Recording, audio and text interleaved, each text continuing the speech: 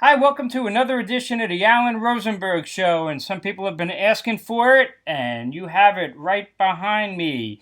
I am so excited for the upcoming release of Hackney Diamonds. Angry has not disappointed me.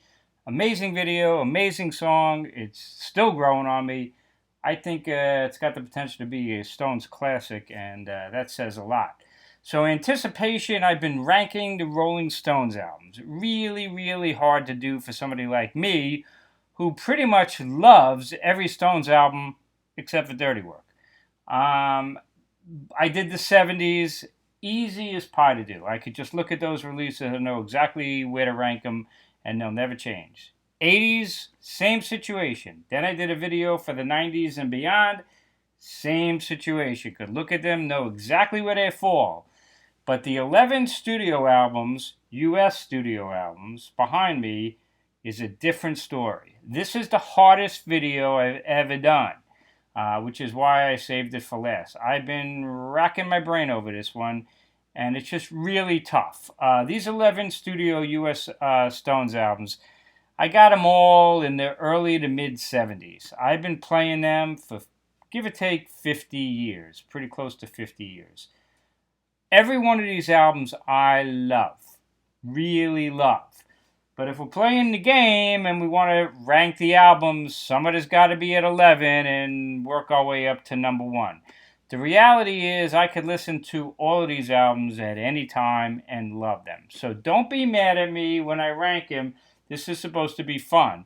The reality is, ask me at a different day and I might be able to change them. And the reason why is you look at all those other Stones albums, the 70s, 80s, 90s, I say the Stones are the greatest rock band ever because they cover every kind of genre, and depending on your mood, you could always play the Stones, and I always do play the Stones. 60s is a little bit different because a lot of these early Stones albums are kind of interchangeable. They have the same kind of a format, covers, some blues, and a couple of originals. They're kind of interchangeable, so really, it's really, really hard to rank them. And then some of these latter day 60s albums, Majesties with the psychedelic 1967 pastiche, how could you compare that to like Beggars Banquet or Let It Bleed or the early albums? You can. It's like a one-off. Even Beggars Banquet is like a one-off with its acoustic blues kind of a sound. So it goes by mood. It's really, really hard for me to rank them. But again, this is supposed to be fun. So don't scream at me. How did he rank this there? I love every one of these albums, and some of them are very different from the others. So let's go through it. You got the and we're doing the U.S. version. Now I have the U.K. albums. We'll talk about the SACDs from the ABCO remasters. These are the definitive versions. In fact, if you don't believe me, there was a study done. This is a 50-page study just talking about the Rolling Stones ABCO remasters and comparing it to every previous release, whether it's vinyl or CD versions, and the amazing work that went into these ABCO releases. And I have them on SACD. They've since been redone as DSD. There's no question that if you want to hear these Stones albums, I never listen to the vinyl. I go with these. They are extraordinary, but I have an SACD player, which helps. But even on regular stereo, I mean, they corrected errors. It's just mind-boggling. And as you can see, I also have the monos, which has the UK versions. The UK versions are here as well. So it would get way too complicated and cumbersome. We're going to talk about the US versions because I'm in the US, and those are the ones I grew up with. And there's differences with the US and the UK versions in the early albums, up through Majesty's, actually. So 1964, English newest hitmakers, the Rolling Stones, was their debut in the United States. The second one, also in 64, was 12 by 5. Then you go to 1965, we got the Rolling Stones Now, and Out of Our Heads, and December's Children. 3 albums came out in 1965. You go to 1966, you get Aftermath. Very famous album because it's the first Stones album where Mick and Keith wrote all the songs. 1967, not 1, not 2, but 3 albums were released. Between the Buttons, Flowers, which some people consider a compilation. I don't. I'll explain why. It's really made up mostly of unreleased stuff in the United States with a couple of leftovers. It's really In my mind, not a compilation. I don't care what anybody says. And then you got their Satanic Majesties as the original first pressing with the 3D cover, and my version that I had as well. And Beggars Banquet came out in '68. There's a Japanese vinyl version as well as a regular US version. And 1969, you got Let It Bleed. 11 studio records, all great in their own way. So let's start ranking them for fun. And the way I'm ranking them, it's so hard, but I tried to figure out which ones I've listened to the most, and then I tried to think, well, which ones do I go to listen to more? But even that's tough. Anyway, let's stop rambling. Number 11, I'm gonna pick the Rolling Stones now. And you know what? Instead of pulling out the vinyls, let's go to the SACDs. So here's the Rolling Stones now. The SACD version, they all came with like these certificates of authority, authenticity, not authority. These came out in 2002. So this was the disc of the Rolling Stones now, and it actually opened like that. These are amazing, and they sound incredible. What was on that album? Great stuff. Again, these are the early albums. Rolling Stones now came out in '65. It's the third U.S. album. And, you know, Everybody Needs Somebody to Love, Down Home Girl, You Can't Catch Me. The highlight for me on this is Heart of Stone, the Jagger Richard track, which is incredible. Listen, it's a fine listen. It's got Little Red Rooster. Now, Little Red Rooster is a legendary song more for the UK because it's incredible to believe. But at its time, the Rolling Stones released Little Red Rooster, which is a pure blues song. Brian Jones doing that great... slide work on it. I mean, it's authentic blues, and it went to #1 in the UK. It's extraordinary. But at the end of the day, it's just got a lot of covers, Mona and somebody, What a Shame, Surprise, Surprise, just okay. It's a really good record, but something's got to go at number 11, so that's my choice. I think it's just a little bit weaker than some of the other ones. At number 10, really controversial, because here's the thing, I love this album. And I go to it regularly. Why? Because it's so damn different. And I think it's grown really, really well with age. And when it came out, it got, bad reviews, knockoff of Sgt. Pepper's bullshit. I love their Satanic Majesty's Request. So you're like, why the hell then are you putting it at number 10? Well, for one thing, it's unique in the Stones catalog. I keep dropping these certificates of authenticity. There's all the original hype stickers and all that kind of stuff. Great artwork. But actually, to be honest with you, when you go through it song by song, there's a couple of relatively weak songs on this album. And if you're not a Rolling Stones fan, this is not the album you want to go to. So that's why I'm placing it at number 10. Sing This All Together is a fun acoustic opener kind of. Citadel I love. In Another Land is a great little Bill Wyman track with the snoring. 2000 Man I love. Kiss did a good cover of that. You get Sing This All Together, See What Happens. Well, that's when it gets a little weird. That's kind of like, what was that, the Beatles thing on the White Album, number 9. It's kind of like that goes on. So that's kind of a waste. She's a Rainbow is a great track. It's become a classic. The Lantern is another one that's psychedelic that I love. Gomper, that's really kind of a weak track. 2,000 Light Years from Home is my favorite, and On With the Show is just goofy fun. But, if you're not a Stones fan, this is not really the album to go to, but if you are, you tend to love it like me. But what the hell? I put it at number 10. At number 9, we're going to go with the debut album, England's Newest Hitmakers. I think it's a really good debut, but something's got to go to number 9, and that's it. It's got your cover versions and things like that. This is what it looks like again. Keep dropping these certificates of authenticity. So what was on that? Well, you got Not Fade Away, great cover. Route 66, I Just Want to Make Love to You, Honest I Do. Now I've Got a Witness. Well, that's a really good track. Little by Little, I'm a King Bee. It's great. Carol, Chuck Berry track. Tell Me is one of my favorite Stone songs. Jagger Richards wrote that. Love that one. Can I Get a Witness? Well, that's kind of an instrumental of Now I've Got a Witness. That's the instrumental. You Can Make It If You Try. Walking Dog. It's a fucking great debut album. How the hell am I putting this at number 9? I don't know. Something's got to go there. Great debut. Love it. Great mixture of covers, and you got Tell Me.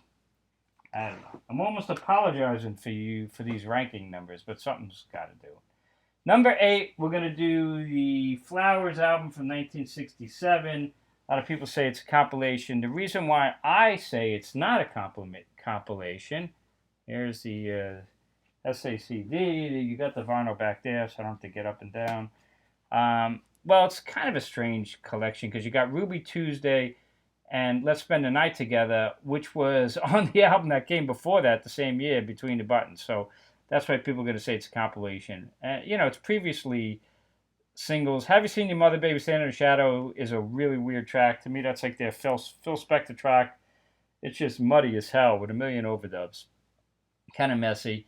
And you got Lady Jane, which I love. Out of Time, which is one of the Stones' greatest songs that they never played live. And I always said, if there's one song you guys got to pull out, it's that one. And they finally did on their last tour, which was a great choice. My Girl's kind of unessential, just a cover of it. But Backstreet Girl's great. Please Go Home would have fit nice on Majesty's. Mother's Little Helper, good single. Take It or Leave It, Right On Baby, love that one. Sitting on the Fence, what a great little acoustic track that they left in the guitar. He misses a guitar note on it. Love that. It's just a really fun listen, and that's why I put Flowers higher than the other ones, because I do go to Flowers a lot. It's just a really excellent listen.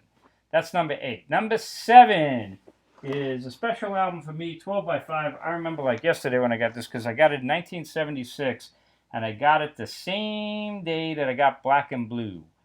And I was playing them constantly, and I liked 12 by 5 a million times better than Black and Blue. 12 by 5 is the second U.S. Stones record from 64. Again, I'm ranking it at number 7. I love, the covers Around and Around is great. Confessing the Blues is one of my favorites. Empty Hearts, good, a little original. Time Is On My Side's classic. Good Times, Bad Times, love that acoustic track. There have been good times, there have been bad times. Love that one. It's All Over Now, amazing. 2120 South Michigan Avenue, they put extended on here. And that's a great instrumental from the Stones. Under the Boardwalk's kind of goofy fun, but it works. Congratulations, Love, Grown Up Wrong, If You Need Me, Susie Q. This is a fun listen. A mixture of covers, a couple of originals. I don't know, something about 12 by 5 that I just love. And that's why I put it at number 7. Number 6, let's keep going. Well, that's going to be Between the Buttons from 1967. Another really fun listen, because Between the Buttons is like, it's different, man. It's like the Stones being influenced by others in that year. Now, I got this is the UK version, and this is the US version. I'm going with the US version because I think it's better. You got Let's Spend the Night Together and Ruby Tuesday. Ruby Tuesday is one of the greatest songs of all time. Yesterday's Papers is great. Connection, love that one with Keith. She Smiled Sweetly is a really deep track with this heavy organ, and I love it. And the Stones actually played it once live at Roseland, man. Thought that was incredible. Cool Calm Collected always reminds me of like a Kinks kind of a track. It's just goofy fun. But All Sold Out's a rocker. My Obsession's different. Who's Been Sleeping There? Who's Been Sleeping Here? Love that one. Who's Been Sleeping? Complicated's fun. Miss Amanda Jones, good little rocker. And Something Happened to Me Yesterday, which kind of Kinks-like as well. Between the Buttons is just a really fun listen to me and just holds up really well. Now, if you want to see the difference between the US version and the UK version, so there's the UK version, and you're not going to see, Ruby Tuesday, Let's Spend the Night Together. So just kind of a strange, you got to get the US version. Between the Buttons for me at where are we? Number 6. Number 5. Well, that's going to be the album from 1965, the Stones album, Out of Our Heads. And again, this is the US version. That's the one I'm going with.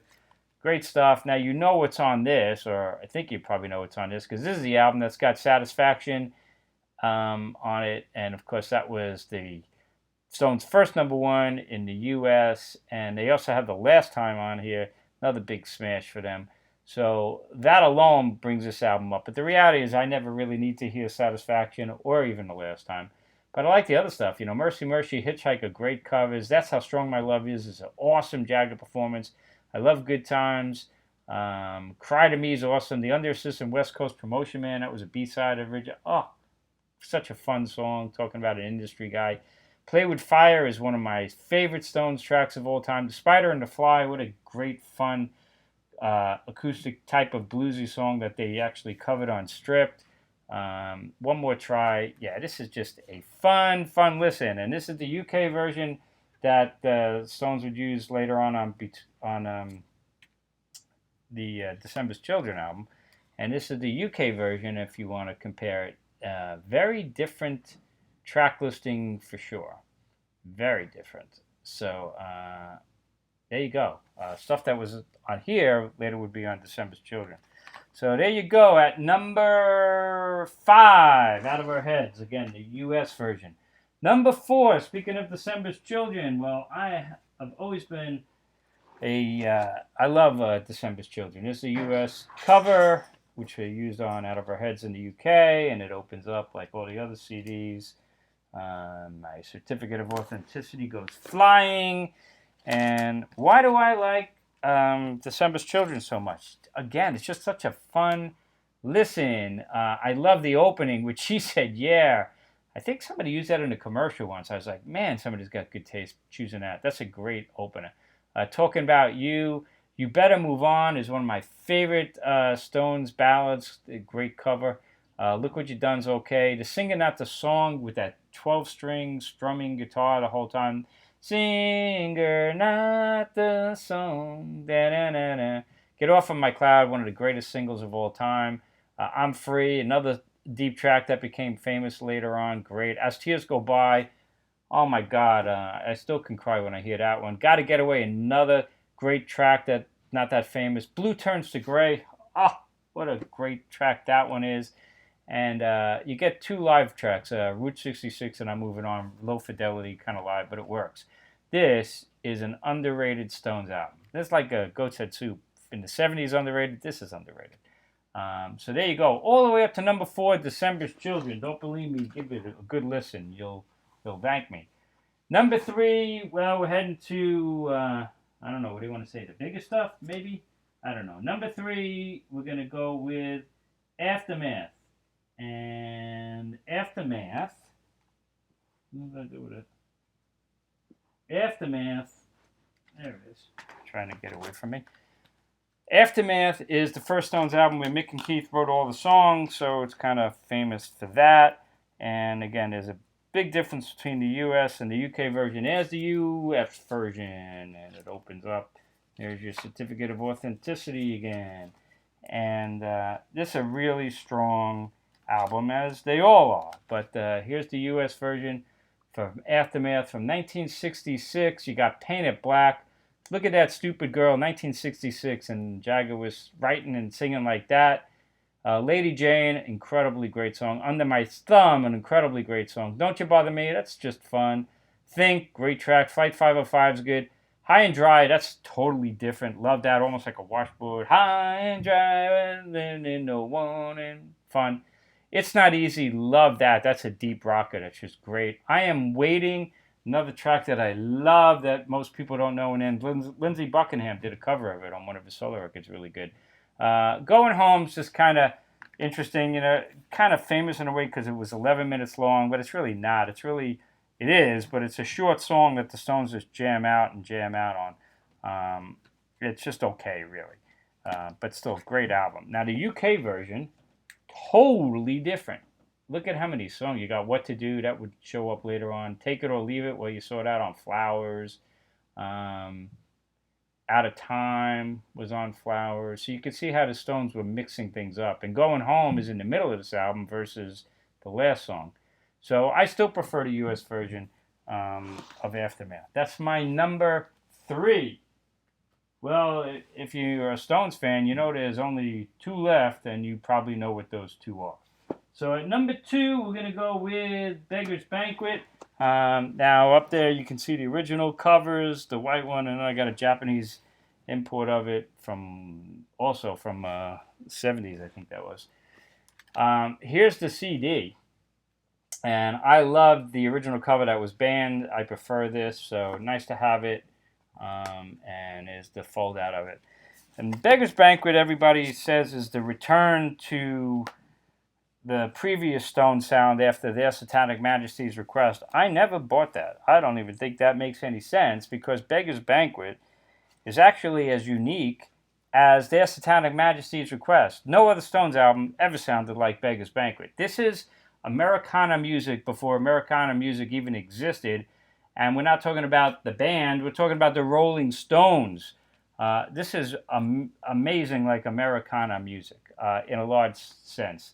Now it opens up with Sympathy for the Devil. If you ever watched the movie, I should have showed it. I have the VHS tape of it, where they show the formation of Sympathy for the Devil. It's really fascinating because it starts off as another acoustic, bluesy kind of acoustic track, and then they're working on it, and it completely changed to the samba. But originally, Sympathy for the Devil sounds like the rest of this album. No Expectations, a magnificent acoustic track. Dear Doctor is like a country pastiche, almost like what they did with Faraway Eyes much later on, 10 years later. Parachute Woman, another acoustic blues. Jigsaw Puzzle. Remember Bob Dylan once said something like, I could have wrote Satisfaction, but the Stones could never have written like in Bob Dylan style. Well, Jigsaw Puzzle is the Stones doing Bob Dylan, in my opinion. Lots of lyrics, great song. Street Fighting Man, classic track, obviously. The only single from this album, actually. It was only released in the United States, and it stiffed because it was banned. The cover was banned and the track was banned, so it didn't do anything. But great track, obviously. Prodigal Son, acoustic track. Stray Cat Blues, all-time favorite of mine. Factory Girl, another acoustic track. And Salt of the Earth, which is a really deep cut that I always loved. And then when they did that Atlantic City show in '89, they actually did it with Axl Rose, and I was like, man, how cool is that? They pulled out Salt of the Earth finally, and I think they've done it maybe 2 more times. Beggars Banquet is an interesting album. When it came out, it really didn't do well. I think it peaked in the United States at 5. Came out the same time as the Beatles' White Album. The Beatles' White Album got all raves, and this album didn't. And I kind of get it. In fact, my best friend Mike's a huge Stones fan. He's seen the Stones probably twice as many times as me. And he always says to me, I don't really like Beggars Banquet. I don't get it. And in a way, I get it, Mike, because Beggars Banquet is one of those albums I call a great Stones album for Stones fans. Not that Mike's not a big Stones fan, but you got to be a big Stones fan to like this album, and I can understand why some people wouldn't like it because it's so damn different. Majesties is so damn different. So is this. There ain't another Stones album that sounds like that, so don't fall for that return to whatever. No, this is unique. There's no singles on it. The single would have been Jumpin' Jack Flash, one of the greatest songs of all time. Child of the Moon was the B-side, one of the greatest B-sides of all time, but back then they weren't putting them on albums, and in all honesty, if Jumpin' Jack Flash or Child of the Moon was on this, it would actually be a stronger, more Rolling Stones-ish kind of an album, if you know what I'm saying. But, Sympathy for the Devil wasn't a single. But I love this album. Obviously, it's my number 2 choice, and I think it's one of the great listening experiences. Maybe it's kind of like Exile in the sense that it needs to be taken as a whole listen. Because if you look at this, not too many songs have ever been played live by the Stones. Sympathy for the Devil and Street Fighting Man are about the only regulars. No Expectations a handful of times. Salt of the Earth maybe 3 times. Factory Girl, Prodigal Son only a couple times. So a lot of this album is untouched live from the Stones. Where does that leave us? Number 1. And you know what that is. Let It Bleed. I got a million different versions of that. And here's the SACD version of that. That's a DSD version and the vinyl behind me. And so here's Let It Bleed. And the reason why I'm putting this at number 1, this is going to be maybe interesting to you, is because I think pound for pound, song for song, this may actually be the strongest Rolling Stones album. It's not my favorite by far. Sticky Fingers is, and Exile and Goat's Head Soup. But look at the track, listing. It opens with Gimme Shelter and, Love in Vain. And, well, you just see the track listing. You got them right there. Country Honk and Live With Me and Midnight Ramblin', Monkey Man, Let It Bleed, the title track. You Can't Always Get What You Want. I mean, this is quite a listing of songs. The reality is, to be honest with you, I don't listen to this album that much. Gimme Shelter was always my all-time favorite Stone song, all-time favorite song of all time. Now a little bit played, but Gimme Shelter wasn't a single, so when I was really into Gimme Shelter, a lot of people didn't even know the song. But of course now it's an all-time classic. It deserves it. The biggest problem I have with this album is that the following album, 1970's Get Your Yayas Out, the live record, recorded live in 1969, I actually owned this album before I owned most of these albums, including Let It Bleed. The live songs on Get Your Yayas Out are superior in my mind than the studio versions. So when you compare on Let It Bleed, Love in Vain is far superior, in my opinion, on Get Your Yayas Out than on here. Live With Me, in my opinion, is far superior on Get Your Yayas Out than on here. I prefer the guitar solo versus the sax. Midnight Rambler is so much more superior on here that I can't even listen to the studio version. It just doesn't work. It's even Hot Rocks put it on here, the live version on there. So I can even say on Yaya's you got Stray Cat Blues is far superior on the live album than on Beggars Banquet. It's sexy and slinky as hell on the live version, much better than the Beggars Banquet version, which is why Get Your Yayas Out to me is the best Stones album, and I think the second greatest live album of all time. It's just the versions are superior. In fact, Street Fighting Man is far superior in the electric version, I think, on this album than the acoustic original version on Beggars. So that's the problem I have with Let It Bleed. Song for song, it's probably the best album, but yet I prefer the live versions, and that takes away. But, you still got You Can't Always Get You Want. Monkey Man's incredible. You got The Silver with Keith singing. It's awesome. The title track's classic. And again, it's got Country Honk on there. The single was Honky Tonk Women, one of the greatest songs of all time, and that's not on the album. I would have put it on the album. But Country Honk is fun with the car horn. It still works. So there you go. Let's recap. Number 11, Rolling Stones Now. Number 10, Their Satanic Majesty's Request. Number 9, English Newest Hitmakers. Number 8, Flowers. Number 7, 12 by 5. Number 6, Between the Buttons. Number 5, Out of Our Heads. Number 4, December's Children. There's your dark horse right there. Number 3, Aftermath. Number 2, Beggars Banquet. Number 1, Let It Bleed. What else? That's the 11 studio records. Couple of compilations. If you are not familiar with the Stones in the 60s, you should start with a compilation. This one is a great one. Big Hits. Came out in 1966. Came in a nice book. And you can get it on beautiful version on CD. And it's got the book. They did a beautiful job in here. You get the whole booklet in here. And again, you cannot beat these Abco remasters. Much better than the vinyl. Don't fall for the vinyl line. Nothing. Oh, I hit my microphone. Nothing compares to these CD versions. So that's a great place to start. And then, of course, this classic compilation from 1969, Through the Past Darkly, an age where you get Jumpin' Jack Flash and Honky Tonk Women and a bunch of other tracks. So this is a great comp. And then these were bettered by 1972. They put out Hot Rocks and more Hot Rocks. And this is pretty much just the 60s stuff with 2 exceptions on Hot Rocks. And these are great, amazing compilations. These are my favorites. And then if you really want to go to the gusto, you can came out in 1989, the Singles Collection, which is all the A-sides and the B-sides. And here's the SACD version, which is incredible as well. So, lot to take in. The live records, Get Your Yayas Out from 1970 is the 69 tour. They also released this one in 1966, and this is Got Live If You Want It. The vinyl version is terrible. It's got edits on it because they couldn't fit it all on vinyl. The CD version was better. It's got the full introduction. And then this is the best. They did a good job on the SACD version. It's still not an easy listen because it's live from 1966 and some of it is fake. A couple of them, like I've Been Loving You Too Long, Fortune Teller, that all sounds fake. But it's a kind of a fun listen. It's not bad for its time. For a 60s live album, mid-60s. It's pretty good, but nothing touches Get Your Yayas Out. And then there's the mono box if you want to hear the stuff in mono. I'm more of a stereo guy. What can I tell you? So there you go, the Rolling Stones in the 60s. I hope you enjoyed this. I had to sweat this one out. This was not easy for me because I do love all of them.